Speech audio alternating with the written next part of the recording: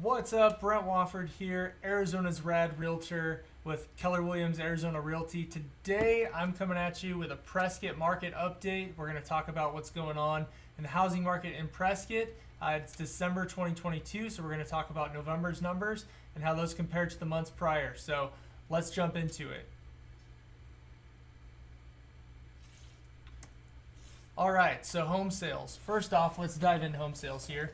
You'll see that the green line is 2022 versus the yellow line is 2021. For home sales, we actually saw quite a drop off in November. When compared to October, we were at 140, November at 110. In the yellow line, you can see what happened last year. We do have a seasonal slowdown here in Prescott. Usually November, December, January, February are slower than the rest of the months. So sales have declined a little bit. I wouldn't say that kind of goes in line with interest rates because interest rates actually have been dropping. So to see sales drop off too, I wouldn't say those are directly a correlation. I feel like it's more of a seasonal adjustment just here for the Prescott area. New homes listed for sale. Again, green is 2022, yellow is 2021.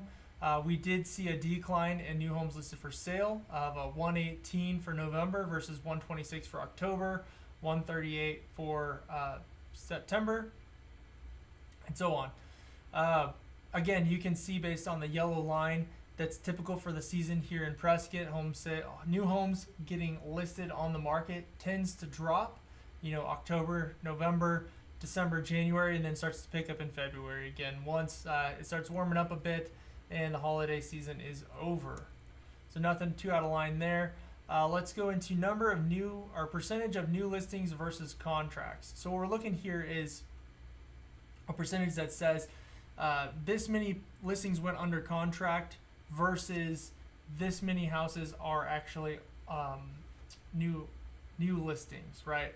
So the way I can explain this data is that, and the yellow line is 2022, green line is 2021. If we look at November, so last month, 67%. So what this data is telling us is that 67% of the homes that went on market, that number went under contract.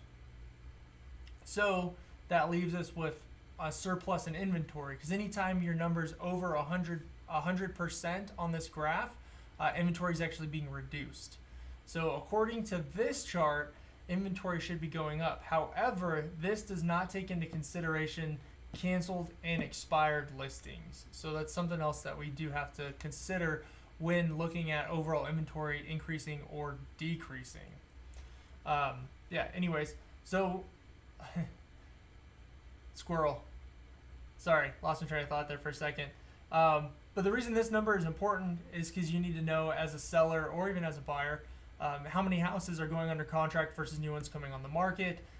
The lower this percentage number is, the more it shows that we are in a buyer's market, not so much a seller's market, because you've got way more listings going on market than what's going under contract.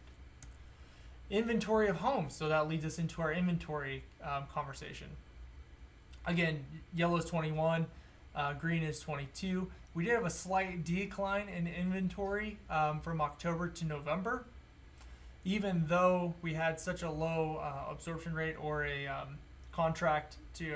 new listings to contract ratio rate. We still saw inventory drop off, and I'm going to attribute this to canceled and expired listings. People just pulling their house off market because they're not getting what they want for them, because obviously we're shifting from a seller's market, which it was a year ago, into more of a balanced market, which is what it is today. So anyways, inventory though is down a bit. If you look at August, we were at a high of 483, and we've dropped down a little bit since then. And I would attribute this to the seasonal decline. So I keep going back to the seasonal pattern. Look at 21, inventory would drop off November, December, January, February. That's because not as many people are putting their house on the market during the holiday season as they are after we get past the first of the year. Average days on market continues to increase.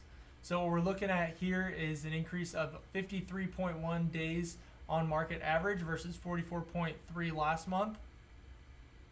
The data from last year is a bit skewed. Obviously, we were in a very hot seller's market, so average days on market was super low versus where it is today. One thing I will say about this data though is at 53 days on market, buyers, if there's a house that you find that you like, don't sleep on it, because there's probably another buyer that's looked at the same house and isn't going to sleep on it and is going to beat you to it. Not trying to say houses are going in 7 days like they were July last year, but the good ones are still going fast. The overpriced ones are sitting on market longer, and the people, the sellers who are severely overpriced and not doing price reductions in this market are the reason why the average days on market is at 53 right now, because we have a lot of high price houses that are overpriced that are just sitting stagnant on the market. Once those drop off, they either get canceled or they expire or they get relisted with a new MLS number. Those days will reset. But I think that's why we have such a high days on market right now. So buyers, don't sleep on a house. If you like it, don't think it's going to be there for 53 days. The good ones are gone quick. The not so good ones are sitting a lot longer, and the overpriced ones are also sitting on market for longer. Median list price. So what we're talking about here is what the median is for list price. If you don't know what a median is, it's, say you stack up all of the houses that are on market, right? So you're going from here and you go boom, boom, boom, boom, boom, boom, boom, boom, boom, all the way up. If you take an average, the average isn't always right in the middle. The average could be skewed high a little bit because you got some multi-million-dollar listings in there. So when it comes to list price and sale price, we like to look at the median, or the one that's directly right in the middle of all of that data. With that being said, again, yellow is 22 and green is 21 in this chart. And you're looking at $632,000 was the median list price for last month, up from $585,000 the month prior. It's very interesting how much this data fluctuates. As you can see, it goes up, down, up, down, up, down, much like a roller coaster. I think a lot of that has to do with how many higher priced homes we do have in the Prescott market. And when you get a couple, $1 million, $2 million plus listings that go on the market, it tends to skew the data. So that's what we're looking at. Let's compare that to sold price, right? So back 632.5 was median list price for November, and 600,000 was the median sold price for November. So that is lower than what they're listed at. So this tells me that buyers are rejecting the higher priced homes and are opting for the more lower priced homes when you're talking about comparing to median or the middle value on that big laundry list of listings active on the market. So 600, we're still up from last year. November of last year was at 525 for median sold price. So still looking at being up, even though we're down from the peak of this year, which was back in May. What does that mean? Sale to list price ratio, right? So this is saying what was the list price versus what it actually sold for. And in November last month, houses were selling at, on average, 94.86% or 95% of what they were listing for. Another way to read this data is that sellers on average were offering a 5% discount from the list price to buyers. This is an indicator of a buyer's market because buyers are coming in strong with offers that are below list price and they're getting accepted. So buyers, keep that in mind. Sellers also keep that in mind.